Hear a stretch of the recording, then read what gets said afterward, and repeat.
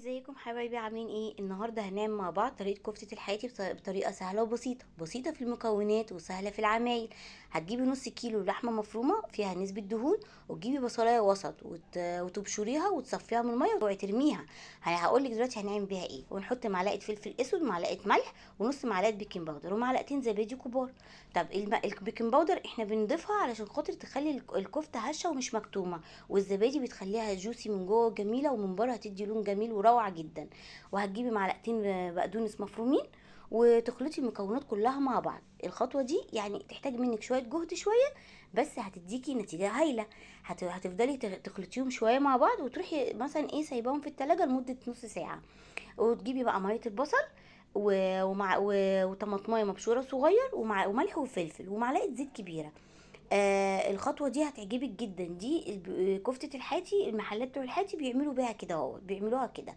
بتروحي جايبه الطماطم دي تدهني بيها السيخ اللي انت هتصبعي عليه الكفته. اي سيخ عندك بقى، او اي حاجه طويله رفيعه، بتجيبيها وتروحي دهنيها الاول بالطماطم والبصل، ميه البصل. وتروحي جايبه اللحمه وتروحي ايه مصبعه عليها زي ما انت شايفه. الخطوه دي برضو لازم يعني ايه تتاكدي منها كويس ان الكفته اتصبعت كويس، لا يعني لازم. وتروحي واخده تاني من الميه زي ما انت شايفه قصادك، وتروحي ايه دهنه بيها برضو الكفته وانت بتعمليها. كده احنا هنخلص الكميه كلها، وبعد كده هرجع اقولك هنعمل ايه. تمام زي ما انت شايفه قصادك كده اهوت. لا لازم تاخدي بالك من الخطوه دي عشان الكفته ما تفكش منك على النار. لازم تصبعيها كويس على السيخ. تمام. خلص الكميه كلها.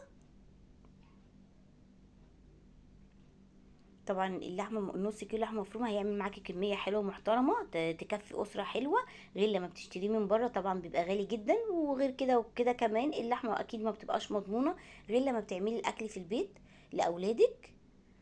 كده انا خلصت الكميه كلها معاكي زي ما انت شايفه. هتجيبي بقى ايه، يا جريلا مثلا عندك، او طاسه، او شوايه فحم اللي متاحه عندك. بس تسخني لو هتعمليها في طاسه تيفال او جريلا، تسخنيها كويس جدا جدا، وما تحطيش اي ماده دهنيه خالص. وتروحي نازله عليها بالكفته. وتسيبيها. اوعي تقلبي الكفته وانت لسه منزلاها، لا لازم تحسي ان هي اتشمعت وخدت لون من تحت. انت تروحي مغطيها كده وسايباها لغايه ما تحسي ان هي اتشمعت وخدت لون من تحت، تروحي مقلباها.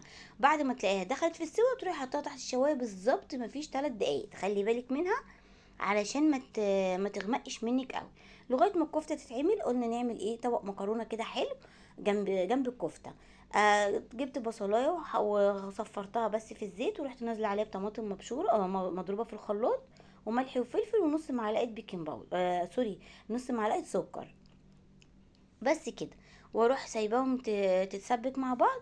وبعد كده هنا انا بسلق المكرونه. لما تيجي تسلقي المكرونه ما تسلقيهاش يعني تسلقيها خالص جامد، لا اسلقيها 3/4 سوا، عشان لما تيجي تحطيها في الصلصه تاني ما تتهريش منك. وتحطي بس ملح بس، ما تحطيش زيت على ميه المكرونه، عشان هتلاقي الصلصه فصلت عن المكرونه. هتلاقي المكرونه في مكان والصلصه في مكان تاني. لا انتي بتحطي بس ملح وهتشوفي معايا زي ما انت شايفه كده دلوقتي. كده انا ضفت الصلصه على المكرونه، وهسيبهم مثلا تاخد مثلا ايه تسخينه بسيطه جدا، علشان لو سخنتي كتير كتير في المكرونه مع الصلصه هتلاقي الصلصه نشفت، والمكرونه معاكي ما بقتش احسن حاجه. زي ما انت شايفه كده لازم تسيبيها جوسي كده تبقى طعمها حلو جدا. بس انا كده المكرونه خلصت، وكمان الكفته خلصت، والاكله بتاعتنا خلصت النهارده. اكله سهله وبسيطه في الجو الحار اللي احنا فيه. تنجز معاكي، اولادك هيحبوها جدا. والكفته خرجت معايا كده من الفرن.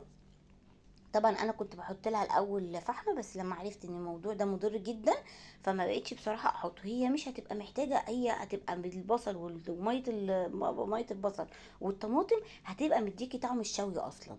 بس كده حبايبي، ولو وصلت معايا لاخر الفيديو ما تنسوش اللايك والشير، ولو اول مره تشوفوني اشتركوا في القناه وفعلوا الجرس عشان يوصلكوا